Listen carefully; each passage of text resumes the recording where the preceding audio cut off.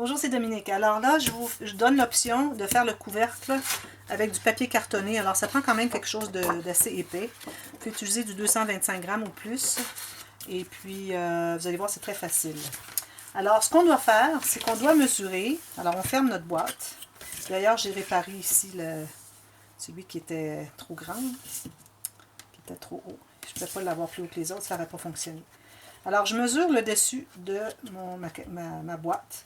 Alors, quand les coins se touchent, et puis, comme ceci, alors ça me donne 14,5. 14,5, ça fait un peu serré. Alors, on va s'ajouter au moins 3 mm.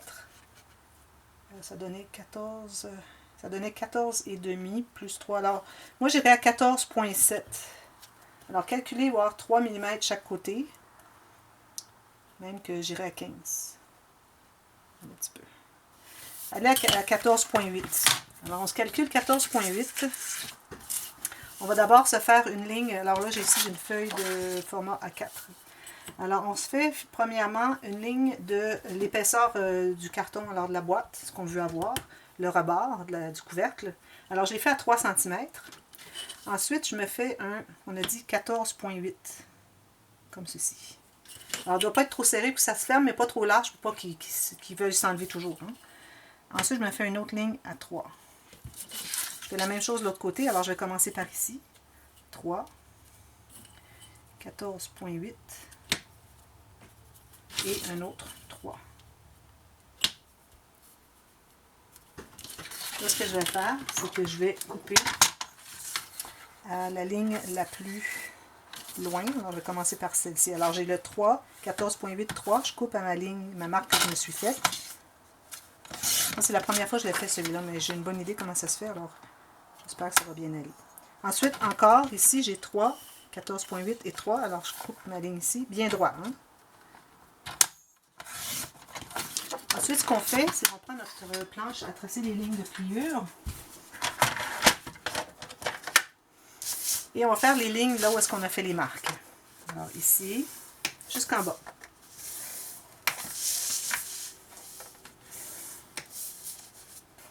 Et si vous n'êtes pas vis-à-vis, alors vous le bougez pour être vis-à-vis une trace de ligne de pliure.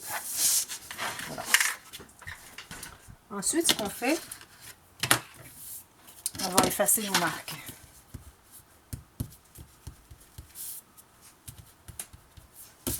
Voilà. Alors là, ce qu'on va faire, on va couper juste une ligne. Alors, la ligne ici, même chose ici. Et même chose de l'autre côté. Juste le petit 3 cm jusqu'à la grande ligne.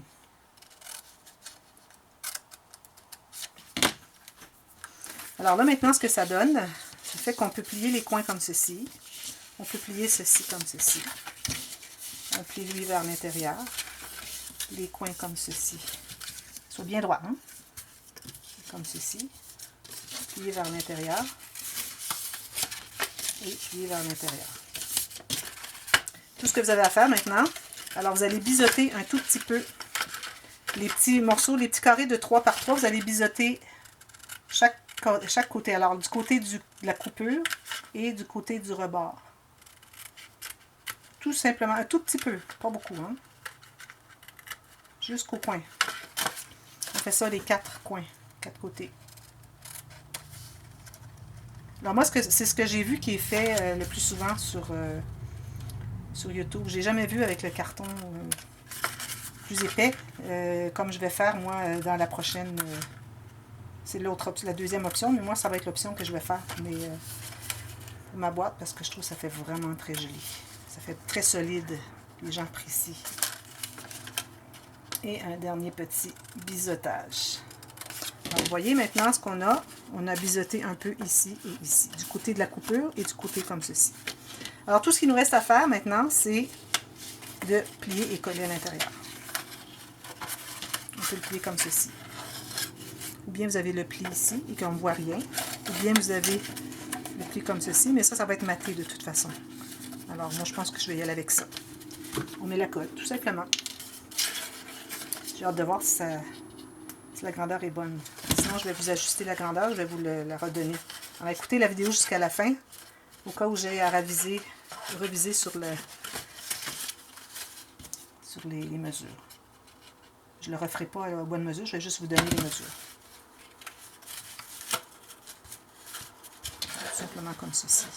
Alors, on a biseauté pour qu'on ne voit pas trop l'inclus. Je ne l'ai pas vraiment biseauté. Je vais aller rebiseauter un petit peu. Parce qu'on ne veut pas voir le rebord ici. Parce qu'on va mater, on voudrait voir tout juste une petite diagonale. Alors, la colle sur l'intérieur du rabat de 3 par 3. Et là, c'est mou, mais quand vous allez avoir ajouté votre papier, surtout si vous avez du papier de collection qui est assez épais, alors ça va tout renforcer. Mais ça risque que ça ne sera jamais aussi bien qu'avec le carton plus épais. Mais la technique du carton plus épais est beaucoup plus difficile. Alors, si vous êtes débutant, vous dites, ah ben moi ça me convient, ben allez-y avec ça. Pour une première, ça serait correct. Plus tard, vous viendrez voir la technique avec avec le carton. Alors là, on va vérifier si c'est correct.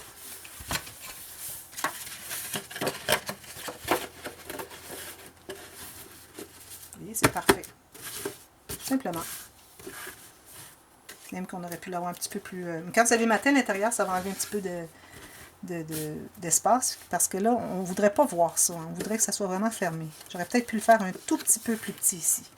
Alors, au lieu du 14.8, allez 14.6. J'enlèverais 2 mm, puis ça serait parfait. Ouais, ici il est bien. Alors, juste pour éliminer ça ici. Vous voyez ici, il y a un petit espace, là. Il veut ouvrir. Là. Il aurait pu être 2 mm plus petit. Alors, au lieu du 14.8, c'est le 14.6. Et vous ne reste qu'à tout mater ceci, faire une belle décoration, tout mater l'intérieur et vous faire un arrangement. Alors moi, ici, je ne ferai pas la technique, alors c'est tout simplement couper des petits morceaux pour la boîte de bois, ou sur quelques boîtes que ce soit. Couper des petits morceaux et tout, et puis je vais tout... oui, mon petit chose. Je vais mettre de l'encre partout, toutes les arêtes vont avoir de l'encre avant, incluant le rebord ici. Et puis, je vais enlever le petit bois ici. La vitre va rester là, mais je vais aller la laver, m'assurer qu'elle est bien propre. Ensuite, je vais mettre des petites séquins, des petits séquins, peut-être un petit mot, quelque chose, une petite fleur, bon. Et puis ensuite, je vais couvrir le petit morceau de bois qui est derrière, c'est la partie ici, avec un papier design. Et puis ensuite, je vais le reposer. Et puis là, ici, je vais poser une ou deux épaisseurs de papier cartonné jusqu'à ce que ça soit bien égal. Ensuite, je vais couvrir au complet tout ça. Excepté pour la petite penture ici. J'aime mieux la découper. Parce que sinon, ça fait une bosse, c'est pas très joli. Les petites bandes ici. Couvrir tout l'intérieur ici, dessous, etc., etc. On doit enlever la quincaillerie. Couvrir, ensuite reposer la quincaillerie. Ici, elle était croche, mais on en profite pour la remettre droite. Et puis, on s'assure, vu quand on ajoute du papier ici, alors ça va faire que ça va être plus épais ici. Alors peut-être que ça ne fermera plus. C'est un petit peu plus épais, je ne sais pas si vous voyez. Alors à ce moment-là, peut-être qu'il faudrait que mes petites vis soient posées un tout petit peu plus haut. Ou ce que vous pouvez faire, c'est que vous réutilisez les mêmes trous, mais vous allez en diagonale comme ceci, ce qui fait que votre petit morceau de métal ici va être un petit peu plus haut, environ 1 mm plus haut. Vous voyez, c'est ça qui va manquer, 1 mm. Parce que là, c'est serré, serré. Alors voilà, c'est ça. Ou sinon, vous pouvez faire quel que soit un arrangement ici avec des fleurs. Ça peut être, si vous êtes le genre, le style France, Paris, alors on peut avoir une petite mini tour Eiffel. Vous savez, ça peut être pour un bébé, peut avoir un petit hochet, une petite poussette. N'importe quelle figurine pourrait faire aussi. Ça pourrait être très joli. Et moi, j'aime bien faire la boîte. Alors voilà. C'est notre projet. Et puis, ce qui va se contenir ici, comme vous voyez. Alors, j'espère que ça vous a plu. Si vous avez aimé, si vous avez des questions, alors écrivez-moi en commentaire. Si vous avez vraiment aimé, vous pouvez me faire le petit pouce en l'air, ça m'arrangerait bien. J'aime bien voir les petits pouces en l'air. Et s'il y a des questions, alors n'hésitez pas dans la boîte de description. Et puis, je réponds à toutes les questions. Et parfois, il peut arriver que les gens aient des questions que ça ne s'explique pas bien en mots. Alors, je fais une petite vidéo pour vous expliquer à ce moment-là. Ça me fait super plaisir de faire ça pour vous. Et puis, c'est ce qui distingue ma chaîne des autres, c'est que vous avez un service technique sans pareil. Alors, parce que j'ai expérimenté beaucoup de choses, alors je peux toujours arriver à vous aider côté technique. Même si c'est une technique que vous avez vue sur une autre vidéo, vous ne comprenez pas. Donnez-moi le lien de l'autre vidéo, de l'autre technique, de l'autre tutoriel.